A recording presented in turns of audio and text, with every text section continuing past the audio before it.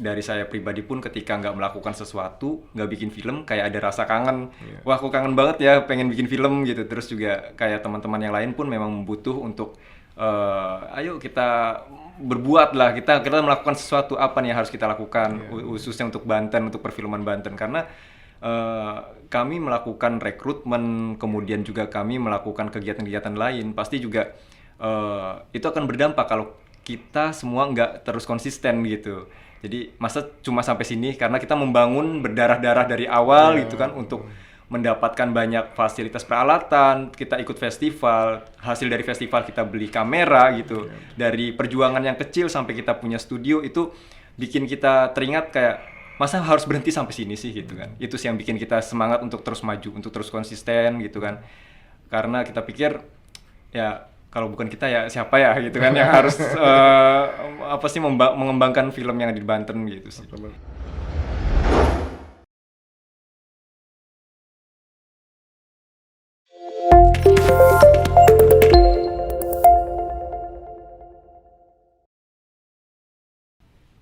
Assalamualaikum warahmatullahi wabarakatuh. Good morning, Sobat BM. Di kalangan anak muda, terutama pecinta dunia film, nama Crime of Picture sudah tidak asing lagi. Komunitas di bawah besutan Mas Darwin Mahesa ini sudah puluhan tahun berkarya dan menghasilkan film setiap tahunnya. Eh, Tahun ini adalah generasi ke-14 untuk anggota dari komunitas perfilman Crime of Picture. Pada kesempatan kali ini, saya kedatangan tamu istimewa, yaitu Mas Darwin Mahesa. Mas Darwin, apa kabar? Baik Pak, alhamdulillah. Kegiatannya apa? Masih bikin film, masih produksi film, Tapi sehat ya? sehat. Nah, boleh cerita dong, tadi sempat disinggung di awal soal generasi anggota Kremov, sekarang generasi ke-14 ya? 14. Nah, gimana tuh soal mulai dari perekrutannya sampai jadi anggota? Ya. Jadi sebenarnya Kremov ini kan salah satu komunitas film yang ada di Banten yang memang konsisten untuk merekrut teman-teman dari generasi, baik dari pertama, generasi 1, dan tahun ini kita sudah mencapai ke generasi 14. Dan di tahun ini juga memang ada 1.000 pendaftar pada awalnya. Banyak banget ya? Iya, dari generasi 14. Kita juga nggak menyangka kok bisa sebanyak ini. Akhirnya ya kita seleksi sampai ke 500 orang, sampai yang terpilih itu 35. Cuma 35? 35 gitu Seleksinya ya, apa iya. aja tuh? Sampai cuma 35? Jadi, ya ada seleksi administrasi, terus kemudian wawancara gitu kan. Jadi rata-rata mereka itu banyak yang pengen masuk hanya untuk eksistensi gitu diri kan. ya. Iya, dan ada juga yang memang pengen belajar. Tapi poin utama yang kita pilih untuk mereka yang pengen belajar sih sebenarnya gitu. Setelah mereka kita pilih dari 35 orang ini, kita karantina dan workshop. Kita kasih materi produksi film tentang bagaimana produksi film yang ada di komunitas begitu. Dan bagaimana persiapan mental dan fisik mereka untuk memproduksi film, karena hal-hal itu kadang yang jarang terpikirkan oleh anak-anak muda. Jadi pengen bikin film ya asik gitu kan, jalan-jalan aja, tapi ternyata ya banyak hal lain yang harus juga disiapin sih, gitu sih. Oke. Ternyata nggak semudah itu gitu ya. Dipikirnya bikin film santai-santai, terus jadi film, ternyata tingkat kesulitannya sangat tinggi ya. Iya.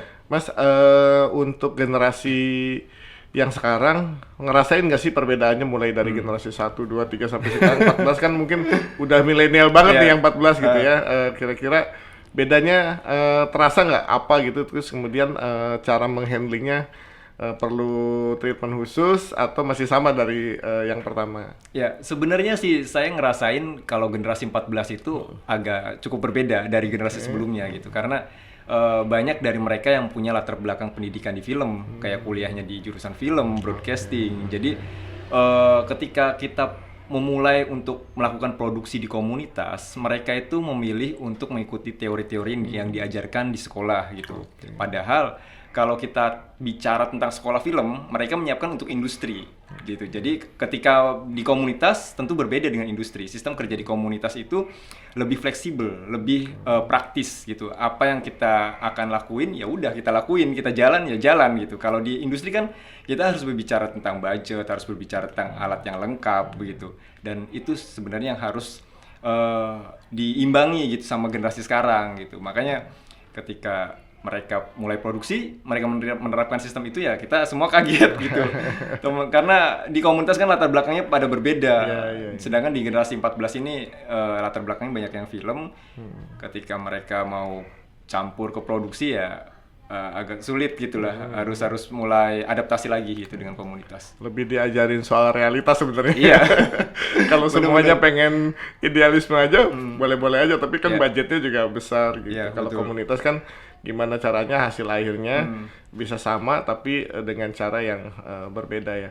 Nah, kemudian ada nggak maksudnya dari pada saat pelaksanaan itu perbedaan yang sangat signifikan gitu, maksudnya yang bisa dijelaskan ke teman-teman di CEO Muda bahwa sistem kerja di komunitas dengan sistem kerja untuk industri itu seperti apa sih? Ya, jadi sebenarnya perbedaan mungkin tidak terlalu banyak ya, cuma kalau di komunitas sistem kerjanya itu mungkin lebih fleksibel. Seperti contohnya kita keterbatasan alat, otomatis kita harus berpikir kreatif bagaimana caranya kita mengambil gambar walaupun tanpa alat yang memang yang ada memadai begitu. Kalau di industri kan memang mereka ketika akan memproduksi film sudah menyiapkan budgetnya. Jadi ketika memproduksi pun mereka sudah punya budget dan bisa menyewa itu, bisa menyiapkan peralatan yang memang lengkap begitu. Itu berbedanya komunitas gitu. Dan kalau komunitas kan ya produksinya juga sesuai, maksudnya pendanaan ya sedikit gitu, terus sumber daya manusia juga ya nggak selengkap di industri gitu sih. Gitu ya. Jadi kalau Sobat BM, kalau di komunitas mungkin kita dituntut bisa harus lebih kreatif ya, lebih inovatif dengan kondisi yang ada lah istilahnya. Kalau bicaranya soal idealis, ya tentu saja semua orang juga bisa ya. Maksudnya dananya ada, modalnya ada, semuanya peralatan ada dan lain-lain. Mungkin itu sih belajarnya lebih gampang ya istilahnya. Justru tantangannya adalah bagaimana kemudian dengan apa yang kita punya kita bisa menghasilkan sesuatu yang nggak kalah dengan dunia industri begitu ya. Betul. Program apa aja nih ke depan khususnya setelah pasca dari generasi 14 mau bikin apa aja nih kira-kira? Untuk saat ini si Kremov sendiri memang sedang memproduksi film pendek berjudul Elena, dan film ini memang kita angkat tentang keluarga karena sebelumnya kan film-film Kremov lebih ke sejarah terus romance gitu. Kita coba mengangkat hal baru tentang keluarga gitu. Jadi kita juga mengajak beberapa pihak-pihak untuk bekerja sama baik dari pemerintahan ataupun swasta untuk mendukung film ini begitu. Nah, terus setelah program ini selesai, kita rencana akan ikut sertakan dalam beberapa festival. Festival ya? Ya, yang memang tentu setiap film Kremov kita ikut sertakan di festival-festival begitu. Selain itu juga kita Kremov akan membuat festival film Banten yang memang setiap tahun juga akan kita adakan gitu. Jadi ya setiap berjalan ya seperti itulah terus-menerus. Ya, menunggu film produksi Kremov ini seru Sobat BM karena setiap produksi film selalu ada sesuatu yang berbeda ya. Biasanya tadinya action, kemudian budaya, horor gitu ya, keluarga dan lain-lain. Nah, film yang baru ini bisa kasih bocoran uniqueness-nya apa nih film Elena? Film Elena ini menariknya itu genrenya fairy tale, jadi dongeng. Jadi sesuatu yang kita kira itu hayalan tapi bisa hidup di film Elena gitu sih. Itu yang menarik ya. Seru-seru. Ada apa trik-trik lain di film? Maksudnya mungkin karena filmnya seperti itu misalnya menggunakan teknologi yang lebih canggih atau gimana? Sebenarnya enggak sih, kita lebih ke basic cerita aja sih. Karena di situ juga kita mengangkat kayak semacam tema dunia literasi, gimana caranya kita akan membaca buku itu. Karena di cerita itu kita juga memasukkan unsur 3 novel, salah satunya dari karya Seno Gumira. Aji Dharma. Ya. Luar biasa. Ada unsur biasa setting background pariwisata dan lain-lain? Atau ini setting di rumah atau? Ya, kayaknya untuk tahun ini sih untuk film Elena ini kita nggak terlalu banyak menonjolkan sisi pariwisata ataupun budaya, tapi lebih ke setting lokasinya itu ke satu rumah dan satu tempat yang nggak banyak berpindah-pindah tempat begitu. Tapi kami pikir kenapa nggak mesti harus itu, karena film juga sudah merupakan bagian dari budaya gitu sih. Oke. Ini tantangannya lebih seru lagi karena bikin film di satu tempat juga butuh inovasi dan kreativitas supaya orang yang nonton tetap menarik ya, nggak boring gitu ya. Ini lebih ngepop ceritanya nih, Sobat BM. Oke, Mas Darwin. Ini sebetulnya tantangannya juga cukup berat bikin film Elena karena pasca bikin film yang reguler ya, film Saija dan Adinda. Ini film yang bisa dinikmati di bioskop-bioskop gitu. Durasinya sama dengan film yang lain ya, di bioskop ya? Kalau di bioskop 100 menit, hampir 2 jam. 100 menit ya, luar biasa. Nah, artinya tantangannya sangat luar biasa. Dan film Elena ini yang ke-27 kalau tidak salah. Ke-27. Produksi yang ke-27. Nah, jadi pertanyaan mungkin buat teman-teman juga, bagaimana kemudian Kremov Pictures sebagai komunitas film bisa bertahan sampai generasi ke-14 dan sampai saat ini masih tetap malah makin ciamik bikin filmnya, makin produktif dan tidak seperti komunitas film yang lain lah istilahnya. Menurut Mas Darwin, apa sih tipsnya atau apa yang dilakukan sehingga komunitas film Kremov bisa bertahan sampai sekarang? Ya. Sebenarnya sih pertama kan memang kita berawal dari hobi gitu. Jadi dari saya pribadi pun ketika nggak melakukan sesuatu, nggak bikin film, kayak ada rasa kangen.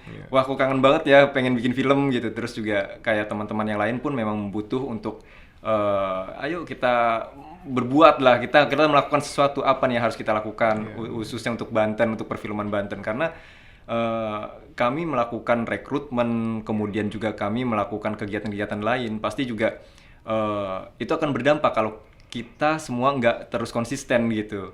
Jadi masa cuma sampai sini karena kita membangun berdarah-darah dari awal gitu kan, untuk mendapatkan banyak fasilitas peralatan, kita ikut festival, hasil dari festival kita beli kamera gitu. Dari perjuangan yang kecil sampai kita punya studio, itu bikin kita teringat kayak masa harus berhenti sampai sini sih gitu kan. Itu sih yang bikin kita semangat untuk terus maju, untuk terus konsisten gitu kan. Karena kita pikir ya kalau bukan kita ya siapa ya gitu kan yang harus mengembangkan film yang ada di Banten gitu sih. Betul. Jadi pada saat semangatnya lagi turun, balik lagi harus ingat pertama kali berjuang untuk komunitas itu apa gitu. Ya, Mas Darwin, kalau lihat komunitas film yang lain di Banten gitu, saya pikir kan juga banyak pasti gitu, tapi mungkin secara konsistensi tadi masih belum stabil komunitas di Kremov Pictures gitu. Apakah ini faktornya lebih kepada tadi itu ya, penanaman doktrin-doktrin lah istilahnya, budaya kerja di komunitasnya, atau ini juga mungkin Mas Darwin pikir perlu juga ada sinergi antar komunitas supaya bisa saling mendorong gitu supaya bisa eksis juga seperti Kremov. Menurut Mas Darwin bagaimana? Sebenarnya komunitas film yang ada di Banten itu pernah tercatat banyak ya Pak, ada sekitar 30 komunitas. Saat kita bikin festival film Banten pun yang daftar tuh cukup banyak begitu. Tapi kenapa mereka nggak bisa konsisten? Mereka hanya muncul ketika ada event, karena mereka terkendala sulitnya wadah dan ruang serta fasilitas untuk memproduksi film. Sebenarnya itu yang jadi masalah mereka. Dan saya pikir ini menjadi masalah semua komunitas, mereka kurang fasilitas dan peralatan misalkan gitu. Nah, sebenarnya yang perlu dikembangkan adalah ya mungkin Kremov menjadi salah satu komunitas bisa menginisiasi mereka, menyambungkan ke Pemda bagaimana ayo kita bikin bareng-bareng wadah nih, karena selama ini kan di Banten sendiri saya lihat belum ada taman budaya atau tempat yang memang khusus untuk kita berkreasi begitu, khususnya di film, peralatan film gitu kan. Bahkan saya pernah berpikir kenapa ya kita nggak minta fasilitas ke pemerintah misalkan untuk peralatannya untuk dipakai seluruh komunitas yang ada di Banten siapapun itu, dan itu ditaruh di taman budaya misalkan gitu. Sekaligus ada tempat pemutaran filmnya gitu. Ya cuma memang balik lagi sih ke kitanya juga sih, kalau kitanya kurang semangat gitu. Ya karena kan saya lihat Kremov juga berangkatnya dari kondisi yang sama Iya, ya. iya. Artinya Mas Darin dulu malah waktu zaman sekolah bikin filmnya pakai HP Nah, misalnya, itu. kemudian pelan-pelan baru punya peralatan dan lain-lain. Nah, Iya. maksudnya semangat inilah yang kemudian mungkin masih kurang dimiliki sama komunitas yang lain. Apa yang dilakukan Mas Darwin ke tim Mas Darwin gitu supaya punya semangat yang sama gitu? Ya, pertama sih mungkin motivasi ya. Contohnya ya memang festival, misalkan kita bikin film untuk festival itu menjadi salah satu motivasi. Terus yang kedua itu kita menemukan passion di dalam diri kita, sehingga dalam berkomunitas pun banyak yang teman-teman Kremov yang sudah lama gitu, mereka membuka bisnis baru, buka videografi, fotografi gitu, dan nggak jauh-jauh lah dari film gitu sih. Sebenarnya banyak keuntungan dan manfaatnya ketika kita terus berkarya di komunitas.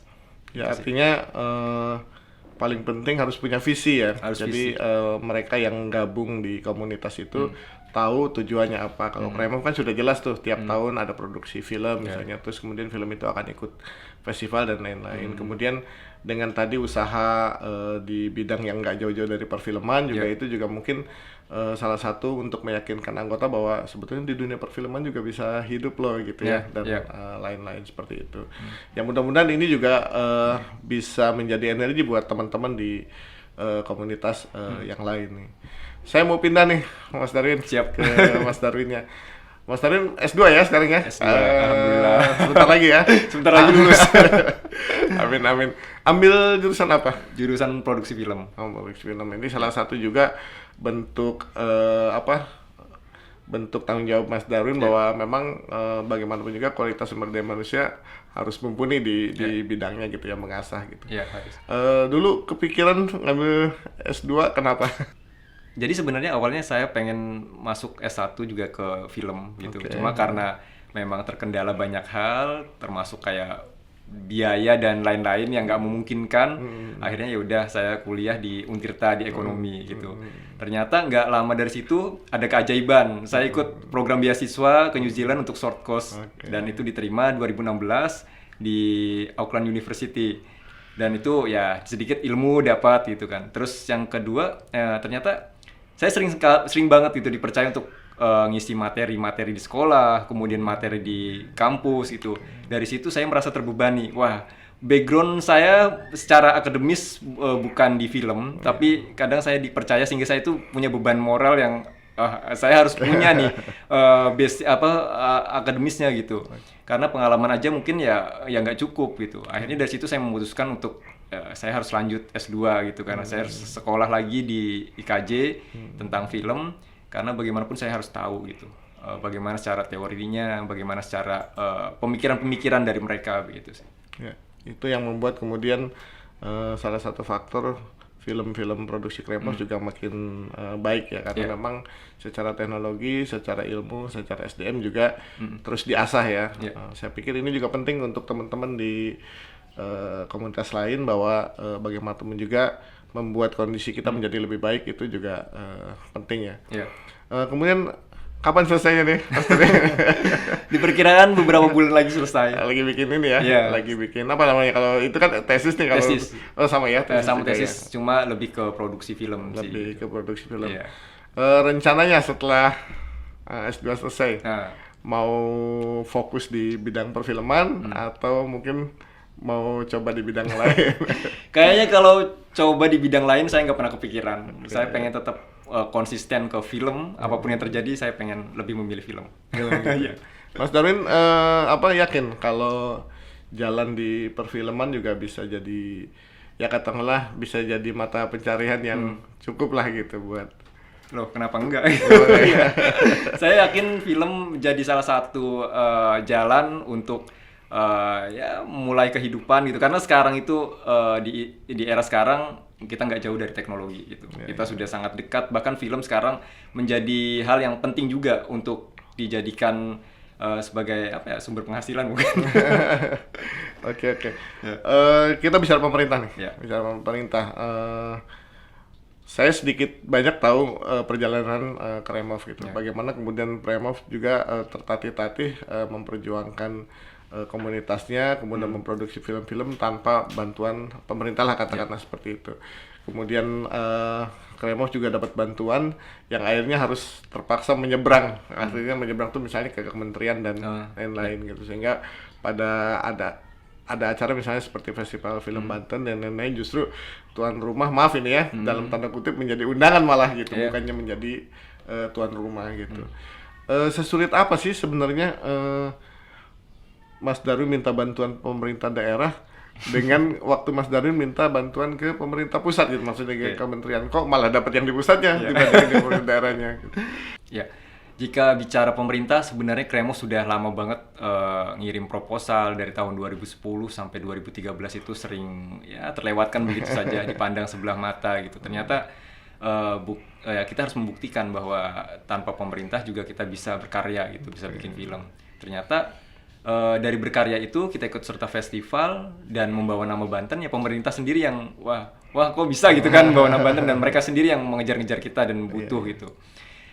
Sulitnya Provinsi Banten sendiri mungkin banyak yang di ekonomi kreatif khususnya gitu, di industri film itu mungkin kurang support yang sangat penuh gitu, karena masih memikirkan infrastruktur dan pembangunan yang lain gitu. Padahal dari ekonomi kreatif pun itu menjadi sumber pendapatan ya saat sekarang gitu. Nah, akhirnya ketika di provinsi sendiri kami belum disupport secara penuh, ya kami harus menyeberang ke pusat, ke Kementerian Pendidikan dan Kebudayaan yang memang membidangi film gitu. Dan di sana terdapat banyak sekali program yang memang bisa kita ikutin gitu. Dari track record yang kita sudah lalui dari 2007 sampai 2020, mereka lihat, wah Kremos sudah sejauh ini ternyata, kemana pemerintahnya? Justru mereka mempertanyakan kemana Bantennya gitu. Akhirnya dari situlah kita disupport dari mereka. Ya kita bilang bahwa di Banten belum penuh untuk mendukung kita, walaupun memang mendukung ya kadang nggak sepenuhnya gitu, hanya fasilitas-fasilitas terbatas begitu. Jadi ya kita larilah ke sana gitu, karena kita pikir ya kita nggak mungkin bisa mengandalkan pemerintah sendiri kalau belum mensupport secara penuh gitu sih. Nah, Sobat BM, jadi paling pentingnya kalau ditolak proposalnya jangan patah semangat. Artinya buktikan dulu karyanya, buktikan dulu kita bahwa kita bisa ya. Nanti juga ngejar sendiri kalau udah berprestasi ya. Pasti. Harus tunjukin dulu kita punya prestasi. Betul. Tapi buat pemerintah daerah juga mungkin ini juga menjadi catatan penting, saya pikir bahwa anak-anak muda sekarang kualitasnya, sumber daya manusianya, terutama di Provinsi Banten ini bisa bersaing dengan provinsi yang lain sebetulnya. Tinggal sentuhan bagaimana pemerintah daerah kemudian menyediakan fasilitas atau mendorong. Katakanlah kalau industri kreatifnya sekarang tadi punya potensi yang sangat besar, kenapa tidak misalnya pemerintah daerah membuat badan usaha milik daerah misalnya yang khusus industri kreatif, kemudian diserahkan kepada anak-anak muda di Banten, dan itu kan ujung-ujungnya nanti profitnya atau penghasilannya juga menjadi PAD bagi pemerintah. Ini daerah juga. Tolong didengarkan ya untuk pemerintah daerah ya, ini masukan yang cukup baik sekali. Baik Mas Darwin, terakhir nih ada pesan dan kesan untuk anak-anak muda di Banten, silakan. Untuk anak-anak muda yang ada di Banten, tentunya berkarya itu menjadi sebuah simbol kita, untuk kesemangatan kita ya. Jadi kita sekarang ketika banyak nonton film, kenapa enggak kita yang bikin filmnya sekarang gitu sih. Betul. Oke, itu ya. Jadi jangan jadi penonton aja, kalau bisa juga jadi pemain juga. Oke. Sobat BM, motivasi itu juga hal yang paling penting. Tapi motivasi itu bisa datang dan pergi begitu saja. Jadi ada kata yang lebih penting dari motivasi, yaitu adalah konsistensi. Jadi apapun yang kita lakukan di awal, resolusinya apa, rencananya apa, pengen berkarya apa, yang paling penting adalah konsistensi. Itu betul ya Mas Darwin ya. Jadi dengan konsistensi itu nanti akan menghasilkan suatu karya yang di luar ekspektasi kita juga. Baiklah, demikian bincang-bincang kita kali ini. Terima kasih Mas Darwin sudah berbagi energi kepada anak-anak muda Banten. Salam berkarya dan berbagi inspirasi.